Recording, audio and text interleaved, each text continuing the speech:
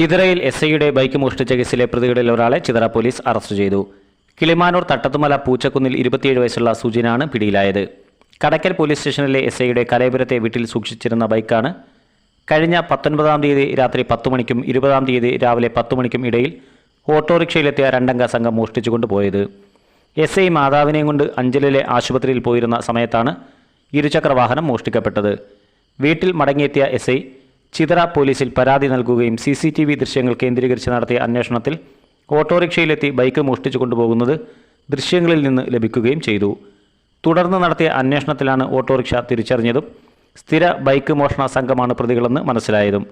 ഇന്നലെ രാത്രിയിൽ കിളിമാനൂരിന് സമീപം നിന്ന് ഓട്ടോറിക്ഷ ഉൾപ്പെടെ സുജിനെ CI V ബിജു കസ്റ്റഡിയിലെടുക്കുകയായിരുന്നു. സംഭവത്തിലെ 1-ാം പ്രതിയെക്കുറിച്ചുള്ള വിവരം പോലീസിന് ലഭിച്ചിട്ടുണ്ട്.